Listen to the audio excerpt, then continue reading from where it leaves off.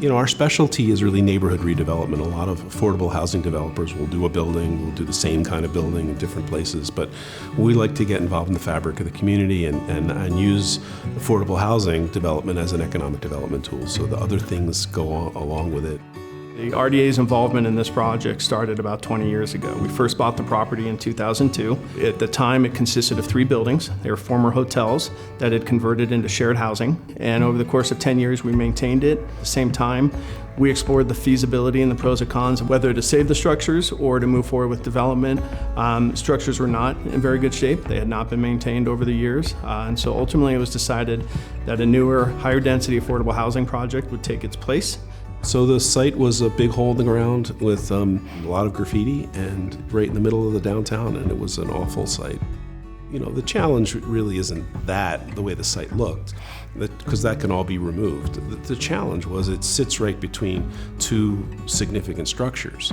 So you have to try to create something that is a building, an infill building in a city that is architecturally interesting and is inviting to have people engage with it.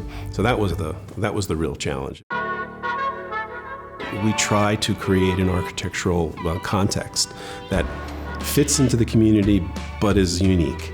And that there's this challenge that goes on between that creativity and the cost. We wanted to get density to the building, so we had to get height. You have to create something that doesn't look like a monolithic, tower. So we created as much fenestration as we could. We used colors that we thought would be timeless.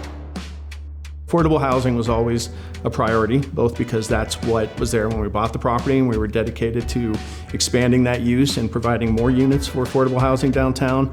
First floor street activation was key for us. That was a major component of the properties that existed before. Brineshore had a really unique proposal that highlighted the Paseo and the mid-block walkway as the focal point for the project, flanked on both sides with 2 new towers, and then terminating in the renovation of the Kramer House. And so it really pulls you into the site and is now a really neat project to look at.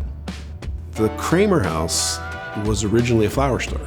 We wanted to honor that idea by picking a flower as the name. And Aster is native to the area, and it happens to be beautiful. You'll always be able to look down the Paseo and see that beautiful building and remember what was there before. It's a little bit of a redemption of coming back and fixing that project that never kind of came to fruition. It was really critical to now try to add something to that mix of housing that's coming downtown and make sure that it's not just affordable but has the ability to host families and have a variety of people coming downtown. At our ribbon cutting, a young woman spoke, and she had her son with her 2 or 3-year-old son, who was adorable, and she talked about some of the problems she had had before in life and how she was sort of restarting her life, and now she had a home and she had a place for her son to enjoy, and she had a parking space. She was so excited about having a parking space because she could have her car in a safe place, because that's her most important asset, and get to work. As one human being to another, that's really gratifying. I'm so thankful for the path that led me here and for the people who built these apartments that are home to me now. Thank you. The neat part is now seeing people who call it home. That's the best part.